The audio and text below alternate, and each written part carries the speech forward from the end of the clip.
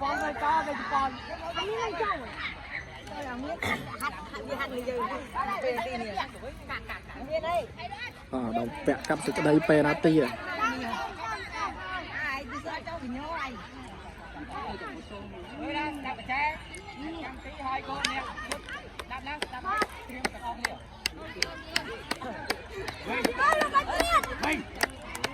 một thang rồi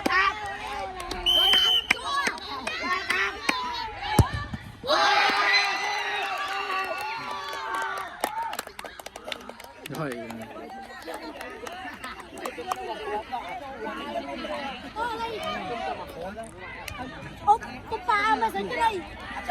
lick mai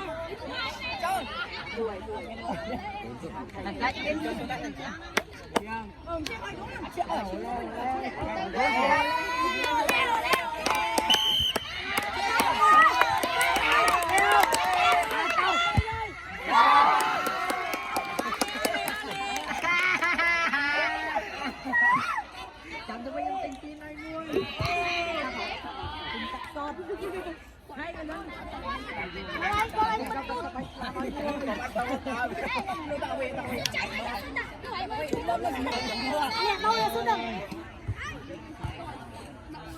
anh luôn không cắn đi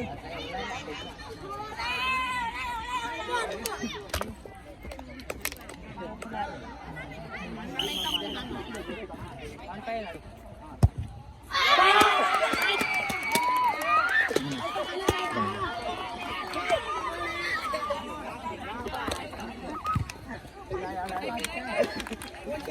cắt tay hạt sẽ giàu là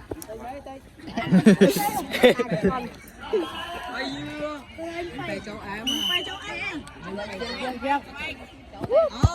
anh không thấy cái đường này đi ní cục bê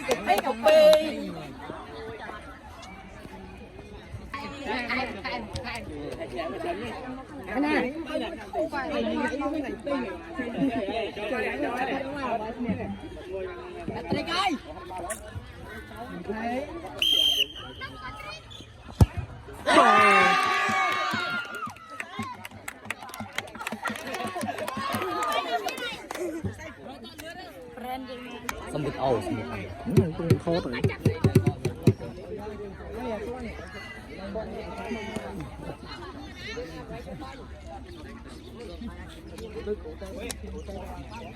xéo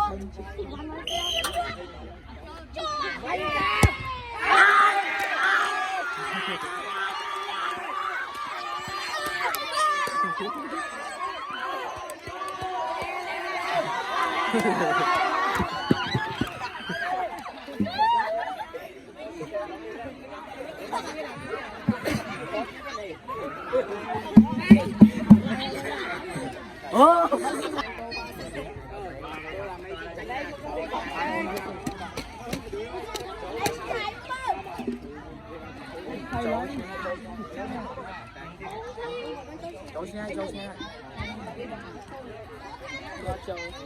cháu chạy mà cháu em hay ba ngoài cháu bây giờ nè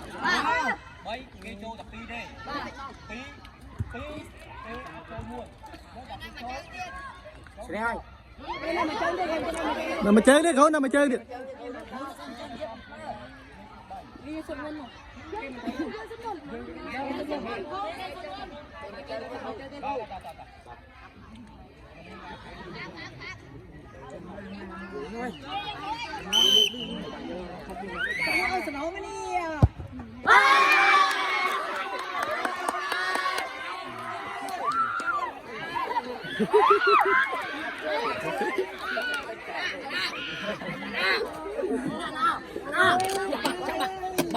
ui lôi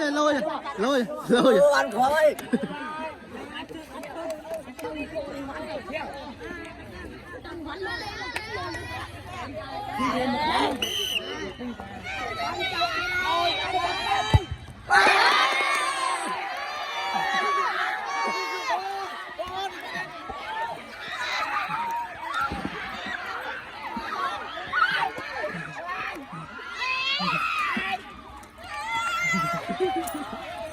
anh thôi gậy mới gậy